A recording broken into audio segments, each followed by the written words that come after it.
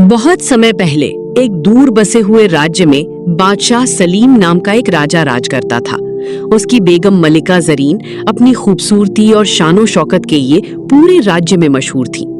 राजा की एक बेटी भी थी जिसका नाम शहजादी माहिरा था। माहिरा इतनी खूबसूरत थी कि लोग उसे चांद की परी कहकर बुलाते थे। उसके लंबे काले बाल रात की बादलों जैसे थे और उसकी मुस्कान किसी सूनी बाग में खिलते फूलों जैसी लगती थी। वो सिर्फ खूबसूरत ही नहीं बल्कि बेहद नेक दिल और रहम दिल भी थी। महल के नौकरों से लेकर सैनिकों तक हर कोई उससे मोहब्बत करता था। लेकिन मलिका जरीन माहिरा की सौतेली माँ थी।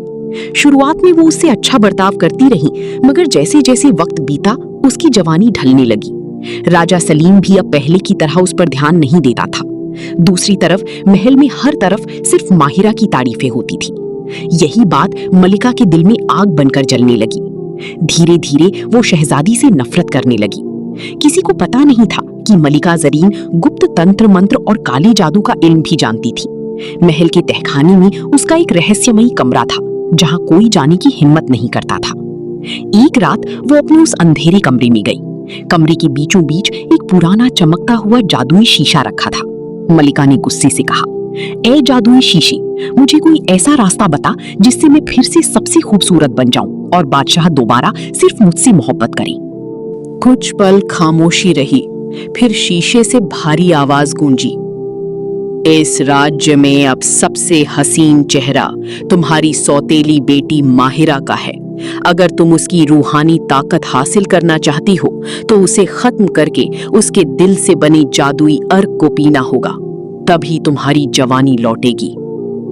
ये सुनकर मलिका जरीन की आंखों में एक खतरनाक चमक उभर आई। उसके होठों पर धीमी शैतानी मुस्कान फैल गई। उसी पल उसने माहिरा को रास्ते से हटाने का फैसला कर लिया। शहजादी माहिरा के पास एक सफेद रंग का बेहद दुर्लभ घोड़ा था जिसका नाम बरक था।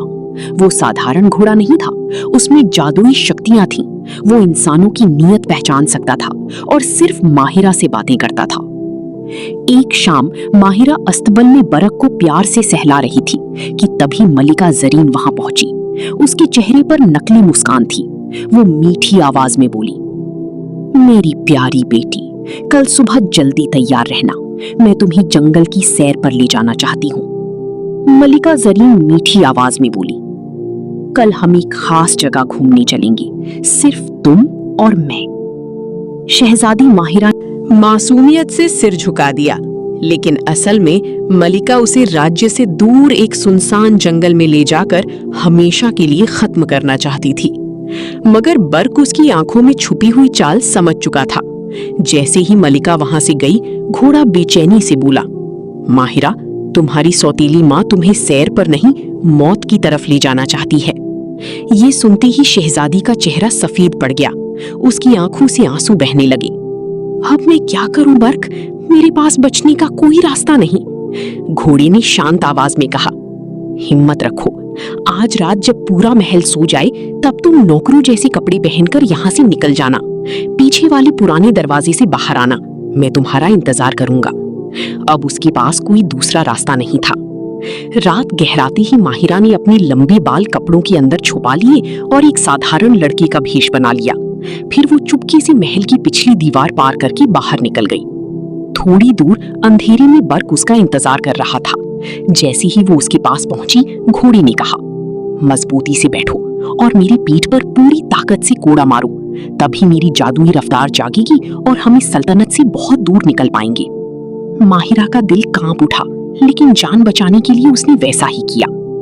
अगले ही पल बर्क बिजली की तरह दौड़ पड़ा। उसकी रफ्तार इतनी तेज थी कि पेड़, पहाड़ और रास्ते धुंधले पड़ गए।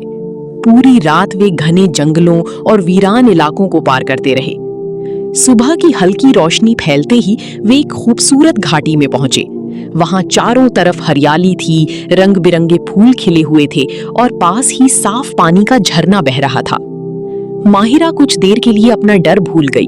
वो झरने के पास बैठकर पानी पीने लगी। उसी वक्त वहां से शहजादा रेहान का शाही काफिला गुजरा। वो पड़ोसी राज्य का बहादुर और समझदार राजकुमार था। जब उसका काफिला पानी के लिए रुका तो उसकी नजर उस अजनबी लड़के पर पड़ी जो असल में माहिरा थी। साधारण कपड़ों में भी उसके चेहरे की मासूमियत छुप नहीं रही थी। रेहान घोड़े से उतरा और उसके करीब आकर बोला, तुम कौन हो और इस सुनसान घाटी में अकेले क्या कर रहे हो? शहजादी घबरा गई। उसने धीमी आवाज में जवाब दिया, मेरा नाम आरिफ है। राजकुमार रेहान उसे गौर से देखने लगा। उसके दिल में अजीब सा शक पैदा हुआ। ये कैसा लड़का है, उसने मन ही मन सोचा, जिसकी आवाज इतनी नर्म और चेहरा इतना मासूम है। लेकिन उसने अपनी शक को जाहिर नहीं किया।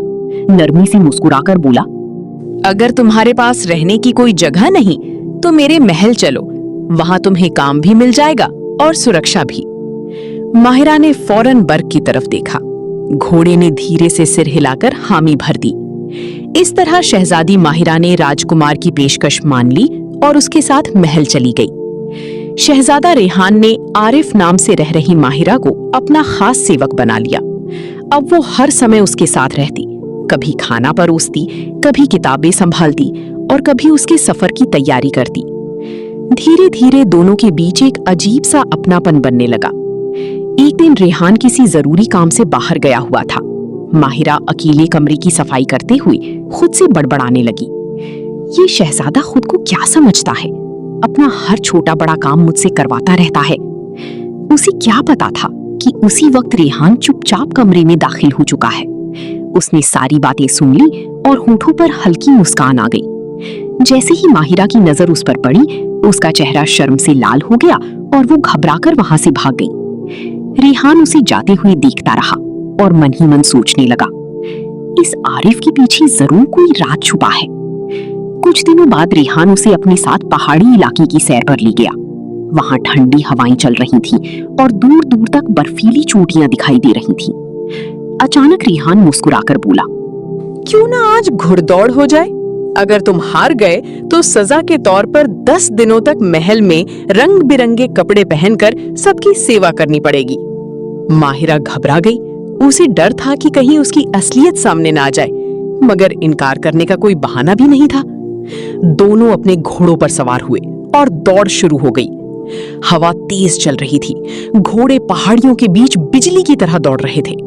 तभी अचानक माहिरा के सिर पर बंधा कपड़ा उड़ गया। उसके लंबे काले बाल हवा में लहराने लगे। रेहान ने जैसे ही पीछे मुड़कर देखा, वो हैरान रह गया। उसके सामने कोई लड़का नहीं बल्कि एक बेहद खूबसूरत लड़की खड़ी थी। माहिरा डर के मारे कांपने लगी। उसकी आंखों से आंसू निकल पड़े।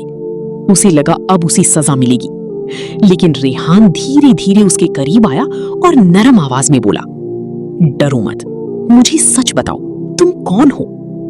तब माहिरा ने अपने साथ हुई सारी कहानी उसे बता दी।